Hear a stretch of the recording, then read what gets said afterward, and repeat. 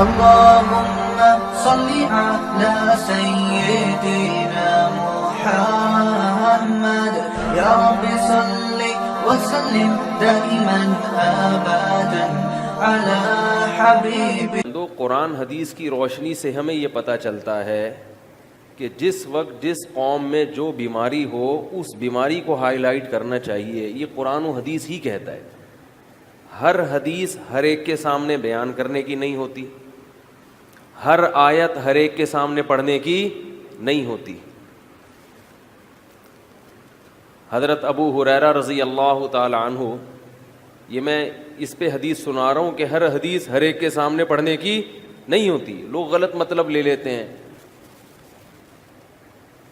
قرآن میں آپ دیکھیں کہ جتنے بھی انبیاء آئے ہیں انہوں نے اپنی قوم میں جو خاص مرض تھا, خاص بدعملی تھی, اس کو ہائی لائٹ کیا ہے. ہر پیغمبر اپنی قوم کی بیماریوں کو بیان کرتے ہیں. نوح علیہ السلام نے 950 سال قوم کو تبلیغ کی شرک کے خلاف تبلیغ کی ہے. لوط علیہ السلام نے لڑکوں سے بدفعلی کے خلاف, ابراہیم علیہ السلام نے لڑکوں سے بدفعلی کے خلاف نہیں کی بلکہ بت پرستی کے خلاف. حالانکہ قرآن حدیث میں تو دونوں برائیوں کو بیان کیا ہے, لیکن ہر برائی آپ کی قوم میں نہیں ہوتی اور ساری برائیاں دنیا کی کسی قوم میں نہیں ہوتی. ایک صاحب مجھے کہنے لگے کہ آپ فلاں علاقے میں جائیں اور توحید پر بیان کریں. میں نے کہا وہ فلاں علاقے کے سارے لوگ توحید پرست ہیں, ان میں کوئی بدعتی نہیں ہے, ان میں توحید. کہہ رہے نہیں, قرآن نے سب سے زیادہ توحید کو بیان کیا ہے. میں نے کہا قرآن نے سب سے زیادہ توحید اس لیے بیان کی کہ قرآن کے اولین مخاطب مشرکین تھے. توحید پر بیان ضروری ہے اس لیے کہ آج بہت زیادہ شرک معاشرے میں پھیل رہا ہے. میں مخصوص علاقے کی بات کر رہا ہوں کہ ہر علاقے میں نہیں ہوتا.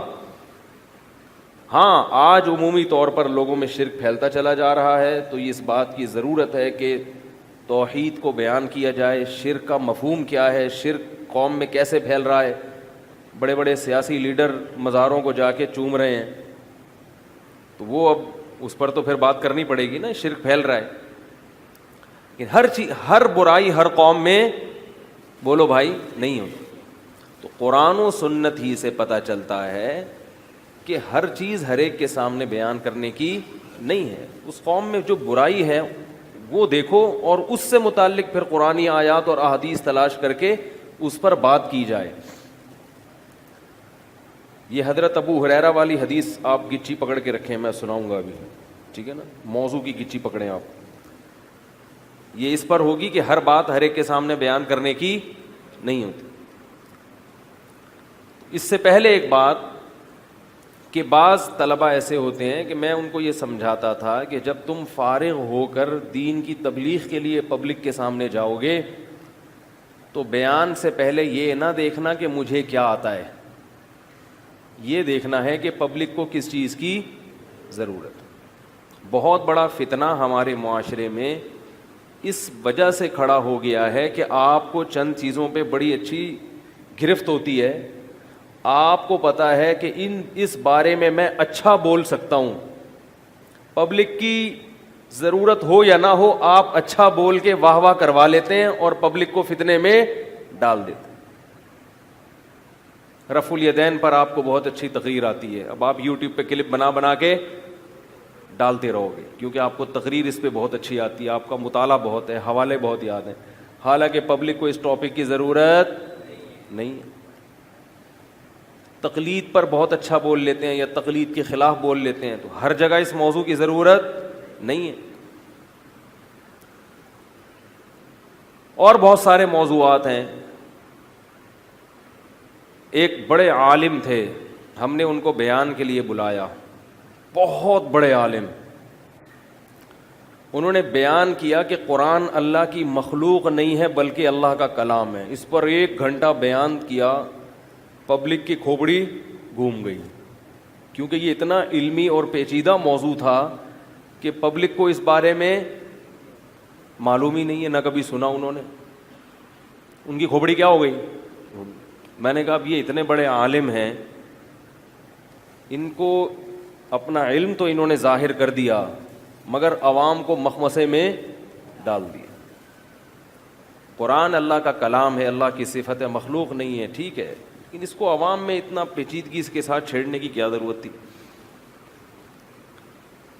تو مسئلہ یہ ہوتا ہے کہ آپ کو جو ٹاپک بہت حیات ممات کا مسئلہ بھی ایسا ہی ہے. کراچی میں لوگ حیات النبی ممات النبی کا مسئلہ جانتے ہی نہیں تھے، لیکن بعض لوگوں کو چونکہ یہ بہت اچھا آتا ہے انہوں نے آ کے ایک خارش کی بیماری لگا دی، سب کو خرشیلا بنا دیا، ورنہ پبلک کو معلوم ہی نہیں تھا کہ یہ ہوتا کیا ہے.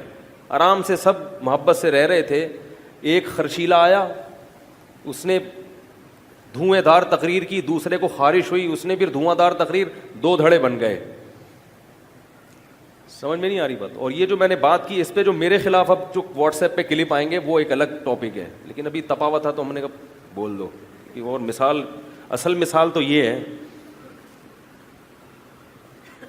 تو خرشیلوں سے بچو، خرشیلوں سے. خارش بڑی خطرناک بیماری ہے، یہ متعدی ہے. تو حضرت ابو ہریرہ رضی اللہ تعالی عنہ وہ کہیں جا رہے تھے، حضرت عمر ملے کہ کہاں جا رہے ہو.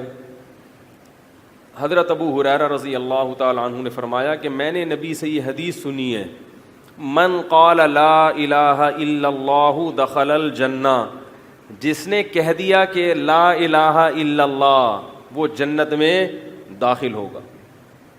حضرت عمر نے اتنی زور سے دھکا دیا حضرت ابو ہریرہ کو کہ فرماتے ہیں خررت علی استی، میں کولوں کے بل زمین پہ گرا.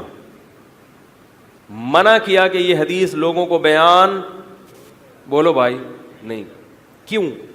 یتکل الناس، لوگ اسی پر اعتماد کر کے بیٹھ جائیں گے. ہم نے تو لا الہ الا اللہ کہا ہے، ہمیں تو اب کچھ کرنے کی ضرورت ہے ہی نہیں. حدیث بھی صحیح ہے، مطلب بھی صحیح ہے، لیکن پبلک اس مطلب کو سمجھے گی نہیں. جو مخلص صحابہ ہیں، جو ذہین ہیں، جن کے دل میں اللہ کا بہت زیادہ خوف ہے، وہ تو سمجھیں گے. عام لوگ وہ یہ سمجھیں گے کہ بھئی بس لا الہ الا اللہ کہہ دینا کافی ہے. بات آ رہی ہے سمجھ میں؟ مفتی طارق مسعود صاحب کے بیانات سننے کے لیے youtube.com/مفتی طارق مسعود کو سبسکرائب کریں، اور اگر آپ لائیو ویڈیو کو کبھی بھی مس نہیں کرنا چاہتے ہیں تو سبسکرائب کرنے کے بعد بیل آئیکن پہ کلک کرنا مت بھولیں. جزاک اللہ.